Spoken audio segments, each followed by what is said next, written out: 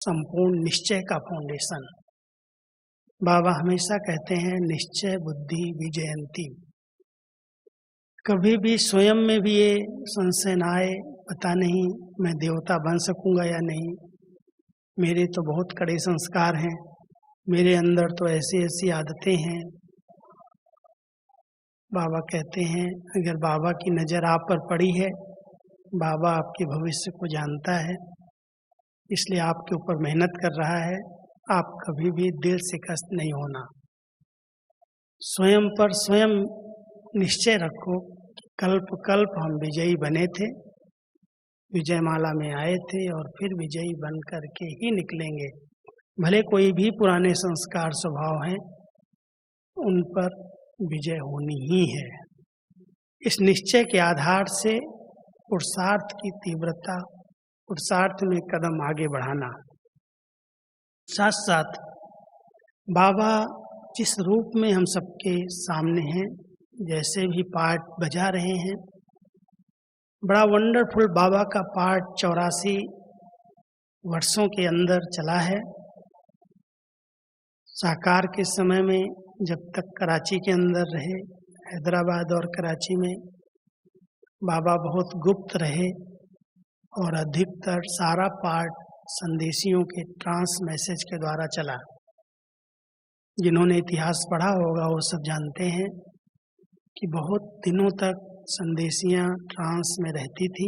एक एक मास 15-15 दिन आँख बंद है, उसी ट्रांस में सब कुछ करती थी और कई रहस्य ज्ञान के उन संदेशियों के द्वारा, छोटे छोटे बच्चे थे। गुलजार दादी 9 साल की थी जब ज्ञान में आई हैं। हमारी दूसरी दादियाँ कोई 15 साल, कोई 20 साल, कोई 16 साल। ये कमल सुंदरी दादी मेरठ में थी, बहुत ट्रांस का उनका पार्ट था। शीलेंद्रा दादी थी, संतरी दादी थी, बहुत सारी दादियाँ थीं जिनके माध्यम से पूरा ज्ञान स्पष्ट हुआ। वो ट्रांस में जाती थी, ऊपर देखती थी सतयुग कैसे आएगा, श्री कृष्ण का जन्म कैसे होगा, योग बल की रचना कैसे होगी, सतयुगी सृष्टि का प्रारंभ कैसे होगा, राजाई कैसे चलेगी, दरबार कैसे लगेगी। वो पूरे दृश्य देखती थी और देख करके बड़ी दादियों को बताती थी और फिर उसको एक नाटक के रूप में स्टेज के ऊपर प्रस्तुत करती थी।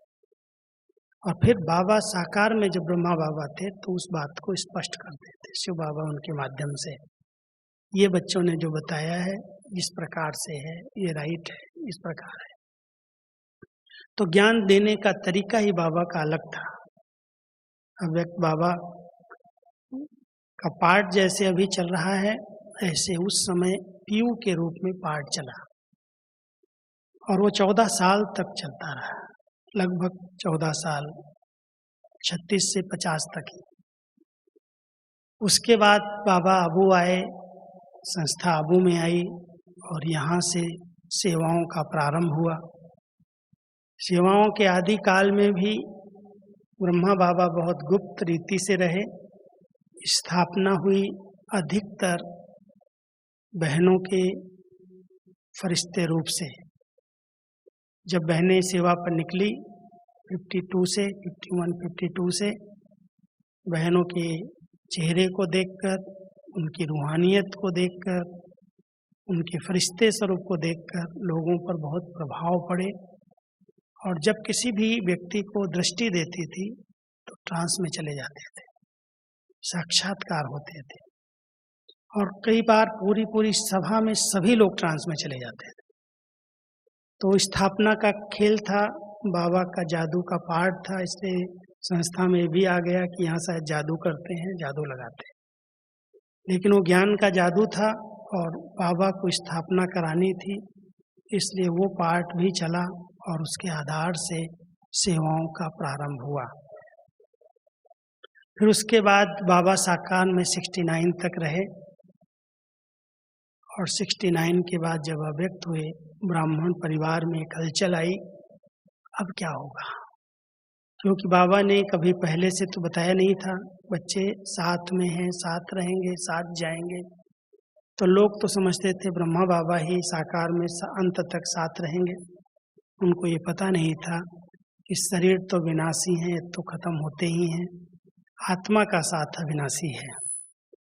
तो बाबा ने 18 तारीख को इस पुराने शरीर का त्याग किया और 21 जनवरी को जब बाबा की प्रवेशता हुई गुलजार दादी के तन में पहली बार, उसके बाद बाबा ने सारे रहस्य स्पष्ट किए कि बच्चे, मुरली तो जो आप सबने साकार में सुनी है उसे रिवाइज करो, वही मुरली है। उसमें बाबा ने सब राज, सब ज्ञान के रहस्य बताए हुए हैं। लेकिन बच्चे जब बाबा को बुलाएंगे और बच्चे जब मधुबन में आएंगे तो बाबा डायरेक्ट मिलन मनाने के लिए अव्यक्त रूप में पधारेंगे। और वो अव्यक्त पार्ट बड़ा वंडरफुल पार्ट था। ड्रामानुसार उस पार्ट में मुझे बहुत समीप रहने का सौभाग्य मिला, क्योंकि जब मैं आया तो हिंदी भाषी था और बाबा मुरली तो हिंदी में चलाते थे। मैं साथ में बैठ करके लिखने का पार्ट मेरा शुरू हुआ। 73 से ही मैंने बाबा के साथ बैठ के पूरी रात बाबा बैठते थे और मैं लिखता था। वो समय से मैंने देखा अव्यक्त पार्ट को, कैसे एक एक बच्चे को 15 मिनट 20 मिनट मिलना, उनके हाल चाल पूछना, उनको दृष्टि से शक्ति भरना, उनकी विशेषताएं वर्णन करना, उनका श्रृंगार ज्ञान रत्नों से करना। बाबा एक एक बच्चे पर बहुत मेहनत करते थे। और वो पार्ट करीब मैं समझता हूँ 74 4-5 साल चला, 69 से 74 तक। उसके बाद बाबा का मिलन हुआ पांडव भवन के मेडिटेशन हॉल में। 74 में हॉल बन गया था, वहाँ से शुरुआत हुई और फिर ग्रुप वाइज बाबा से मिलने लगे। एक एक भी मिलते थे, लेकिन अधिकतर ग्रुप पूरा खड़ा होता था बाबा के सामने और बाबा उनको वरदान देते थे। 83 में ओम शांति भवन बना और ओम शांति भवन में जब बाबा की पधरावनी हुई तो उसके बाद ग्रुप के साथ जोन वाइज मिलना, सेंटर वाइज और जोन वाइज मिलना शुरू हुआ। मिलन में बहुत बड़े परिवर्तन आते गए। भले बाबा रात रात भर रहे, हर बच्चे को हर प्रकार से भरपूर किया वरदानों से। धीरे धीरे संख्या बढ़ वृद्धि को प्राप्त हुई, विस्तार हुआ और सबसे पहले 94 में यहाँ पर शांतिवन में पंडाल के अंदर एक मेला लगाया 94 में, और उस मेले में बाप दादा का अवतरण हुआ। टेंट में ही था और ड्रामा ये हुआ कि जब बाबा का पाठ पूरा हुआ उसके बाद बहुत जोर से आंधी तूफान बरसात पड़ी और सबके बिस्तर, सबके टेंट उड़ गए। और उसके बाद सबको प्रेरणा बाबा ने ही दी, बच्चे कुछ स्थान बनाओ, बड़े बड़े हाल बना लो, स्टेज बना लो, यहाँ ही बाबा का आगे चल के पाठ चलेगा, क्योंकि बच्चों की वृद्धि हो रही है। फिर इस शांतिवन का निर्माण हुआ और 96 इस विद्यालय की डायमंड जुबली थी। 96 में इस हाल का उद्घाटन हुआ। ये बेहद का हाल जहाँ पर बाबा ने 10,000, 15,000, 20,000, यहाँ तक 30-30 हजार भाई बहनों को एक साथ भरपूर किया है, मिलन मनाया। और पहले याद आता है जब बाबा इस सभा में आते थे तो दादी जी बाबा को कहती थी, बाबा इतनी दूर बच्चे बैठे हैं, उनको आपकी शक्ल भी नहीं दिखाई देती है, ये टीवी तो है ही नहीं, साधन तो थे नहीं उस समय, बाबा आप चलो पैदल चलते हैं, सब बच्चों को आप दृष्टि दे के आओ। तो दादी बाबा का हाथ पकड़ करके यहाँ से पूरी सभा में घुमाती थी बाबा को, इधर से ले जाती थी, इधर से ले आती थी। वो भी बहुत सुंदर दृश्य था। सब बच्चे रिफ्रेश होते थे, पीछे तक बाबा की दृष्टि, बाबा खुद जा करके दृष्टि देते थे। वो भी बहुत सुंदर पाठ चला, वृद्धि होती गई, विस्तार होता गया और बाबा ने 2017 तक बहुत अथक बन करके बच्चों की सेवा की, पालना की, 48 साल तक, 69 से 2017 तक।